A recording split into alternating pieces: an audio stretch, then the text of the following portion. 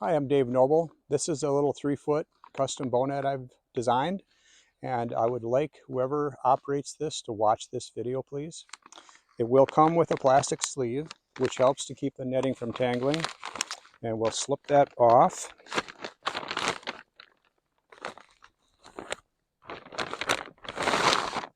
Set it to the side. I will also include a little ball bungee that keeps the net up there. We'll set that to the side. Now, there's really only one way this can go. It can't reverse, so you'll just let it open up, and we'll set it on the ground. It's going to be under a little bit of tension. This is called preload, helps to keep the birds in the net.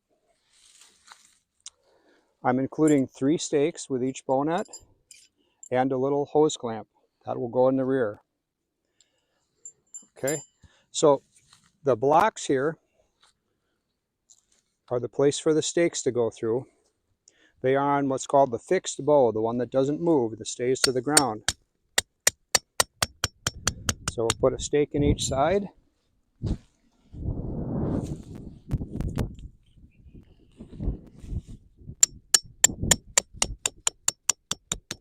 Now make sure this is the side that gets staked down. It's the fixed bow. If you stake down this side and try to lift this one, you could damage the bow. So make sure you don't do that. Make sure that the one that's attached to the torque tube and the spring is the one that's going to be pulled back. Now I'm going to take the hose clamp, put it from the inside out, use the last stake, put it a little bit off center,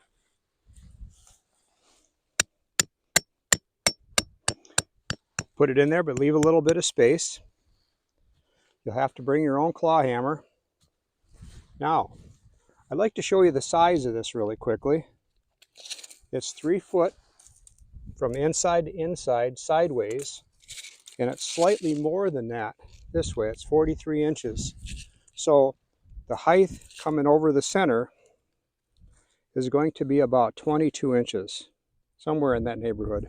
So you got a little bit of extra height. Okay, now let's talk about the remote. This is a long-range remote. It's good for up to a mile line of sight. But if there's buildings or trees or obstacles, it can cut the distance down quite a bit. But it's quite a long range. It has 8 AA batteries inside, and they're good for about a week and a half if you leave it on 24/7. But if you leave it on for a couple weeks, they'll be dead. And dead batteries inside of a unit like this could cause corrosion. So please don't leave the switch on when you're not using it. And don't store your batteries in here for long periods of time. So this is the rocker switch on the back. Up is on, down is off. This is the transmitter. This is standby. When you turn this on, it's ready to go. Then you push the button and it'll transmit. It's a good idea to have the antenna out, unless you're really close, like right next to it. Okay, so let's turn this off. That's off. I'm going to put this underneath the bow, and it's ready to go right there. I'm going to cock the bownet. There's a little space in the netting here for this to go through there. I've left a little space on top as well. And here's your pin. Put that through there. We're going to do a quick test. I'm going to turn the back switch on. That's on standby now. I'm going to turn the side switch on this. It's on standby. And I'm going to hold my hand here. I want to make sure before I set this that it will go off. There we go. I'm holding my hand so it didn't trigger. Now I'll put it back in there. Something else I want to mention, a simple test to make sure that the batteries are pretty good at least, is to hit the button and then see if this plunger stays back. If it comes back and bounces, the batteries are weak. If it comes back and stays there, they should be good. So I'm going to show that. It should come back and stay. I won't hold it real long because it draws a lot of juice.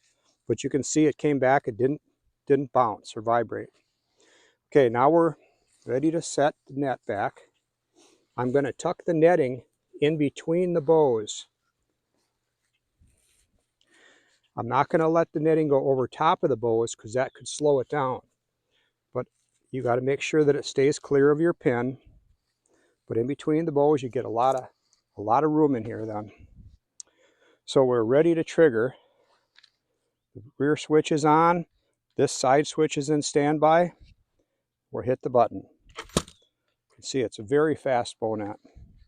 Turn the side switch off. Antenna in. Turn off the rocker switch. Remove the receiver. Now, when you pull the bownet up, never hook underneath your tubes or rods. Always hook underneath the nail head. And once you get it loose, you can hook on it and pull it out. Remove your rear clip. Set that to the side. Now we'll pull your stakes. Again, never ever do it underneath the rods. Always do it underneath the block. Get it loose, pull it up, do the other side, pull it up.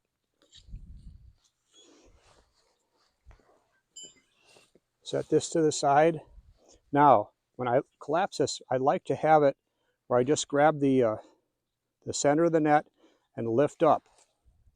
And it will collapse, all the tension's gone, and the net is hanging on the correct side. Now I'm going to take my ball bungee, just to make it a little simpler to put away. I'm going to go around it once, like so. That's probably pretty easy to carry, but if you put the sleeve back on, and you save this sleeve, it makes it pretty well tangle proof when you're transporting it.